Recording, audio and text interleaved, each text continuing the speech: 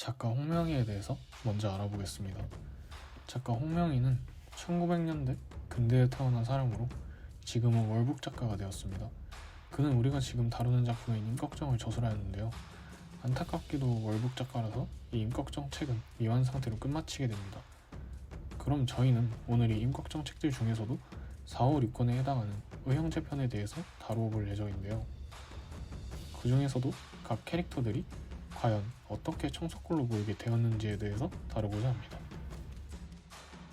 우선 칠도령의 대장 임꺽정입니다. 임꺽정은 힘이 매우 세고 성격이 불같으며 부조리를 참지 못하는 인물입니다. 청석골의 칠도령은 서림, 박유복, 과고주, 길막봉이, 황천왕동이, 배돌석, 이봉학인데요.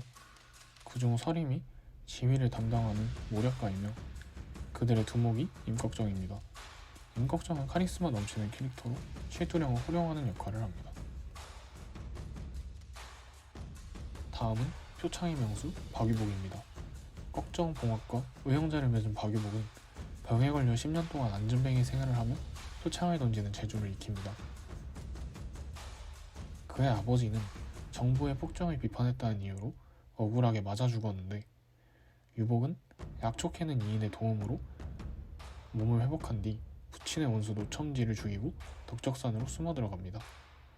이곳에서 유복은 장군신의 아내로 바쳐진 여자를 아내로 삼고 함께 도망치다가 청석골에서 만난 오서방과의 인연으로 청석골에서 도적 노릇을 하며 살게 됩니다.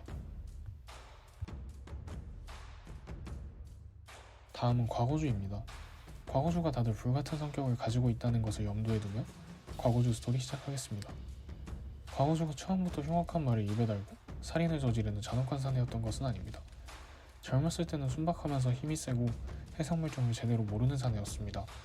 하지만 빈농이었던 부모님을 여의고 비참한 일들을 겪으며 살인을 저지르는 등 비극적인 일을 많이 당해 정신적으로 피폐해진 것입니다.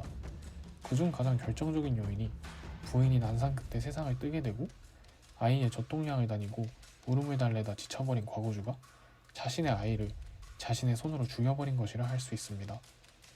그러던 중 동네에서 우는 아이를 어른은 옆편내를 들어다 우물에 처박는 일을 벌이고서 동네 사람들의 눈치와 유복의 권유에 의해 머슴 일을 그만두고 청석골로 들어가게 됩니다. 원래 과거주도 순박하고 솔직한 사내였으며 일련의 불운한 사건들로 인하여 망가져버린 어떻게 보면 불쌍한 사내라는 점을 알아주셨으면 하는 바입니다.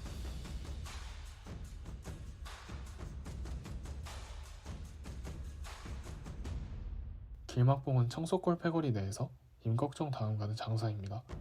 그는 소금 장수 일을 하며 소금을 옮기던 차에 임꺽정의 매제인 황청왕동이와 우연히 장기를 두게 되며 임꺽정과 안면을 트게 됩니다.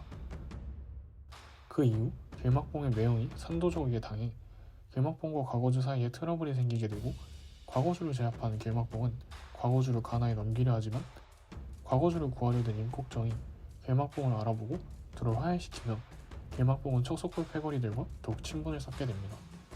이후에 길막봉은 아내를 얻고 대리사회 노릇을 하게 되었지만 장모의 시달림에 버티지 못하고 결국 대리사회를 때려치고 청석골 패거리에 합류하게 되는 인물입니다. 황천왕동이는 빠른 말을 통해서 동해번쩍 서해번쩍 하는 인물입니다. 그는 임꺽정의 처남에 해당하며 발이 빨라 소식방을 맡고 있습니다. 장기를 사랑하는 그는 백이방이라는 자와 장기 내기를 하여 성공하고 그의 딸을 아내로 삼게 됩니다. 또한 그는 빠른 발을 이용하여 이후에 등장할 배돌석이라는 인물을 구하는 데 성공하지만 그것이 들켜 그와 함께 제주도로 귀향을 가기도 하고 갇힌 임꺽정 일가를 구해내기도 하는 그런 발빠른 것을 이용하는 인물입니다.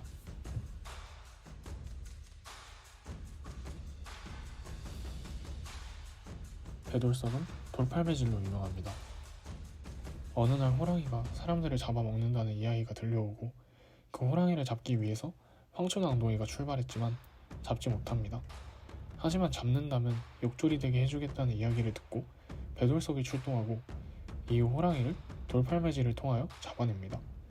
이러한 호랑이를 잡은 배돌석은 한 여인과 결혼하게 되지만 이번 결혼도 그에게는 쉽지 않았습니다. 왜냐하면 아내가 또다시 바람을 폈기 때문이죠. 불같은 성격을 가진 배돌석은 참지 못하고 그 둘을 죽여버렸고 결국 사형이 내려져 죽을 위기에 처했습니다. 이를 안타깝게 여긴 황천왕동이는 그를 구했고 황천왕동이와 함께 배돌석은 청석골에 합류하게 됩니다. 다음은 신궁 이봉학입니다.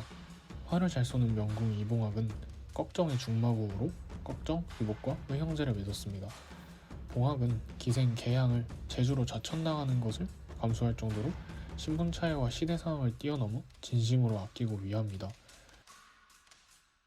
칠두령 중 유일한 양반인 봉학은 여러 벼슬자리를 거쳐 임진나루를 관리하는 임진별장으로 근무하던 중 청석골로 도망가는 꺽정이 임진강을 건널 수 있게 배를 내어주었다가 서울로 잡혀 올라가게 됩니다.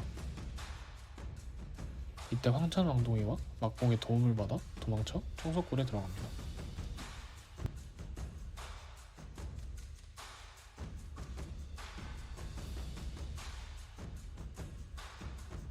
마지막은 서림입니다. 서림은 모사가로서 탁월한 능력과 치밀한 현실 인식을 바탕으로 남다른 처세술을 펼치는 굉장히 유능한 인물입니다. 서림은 진상한 물건들을 빼돌리다가 발각되어 도망치던 중 탑고개에서 청석골 도적들을 만나 물건을 빼앗기지만 광주 출신인 송가의 도움으로 목숨을 부지하고 청석골 두령들에게 큰 재물을 얻을 방법을 알려준다고 하여 청석골 도둑대에 참여하게 됩니다.